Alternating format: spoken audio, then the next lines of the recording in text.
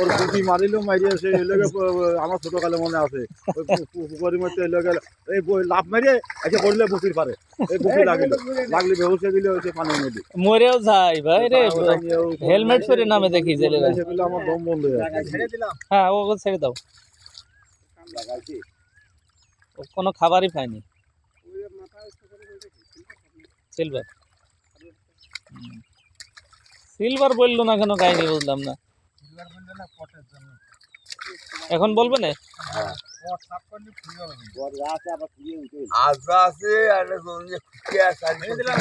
ছেড়ে দাও আজকে চুন আর কালকে লবণ দেবো আরো চুয়া করতে হবে না তাহলে ফাঁকি দিয়েছে পানিতে উপরে যাবে পানি এক ফুট ফুটবে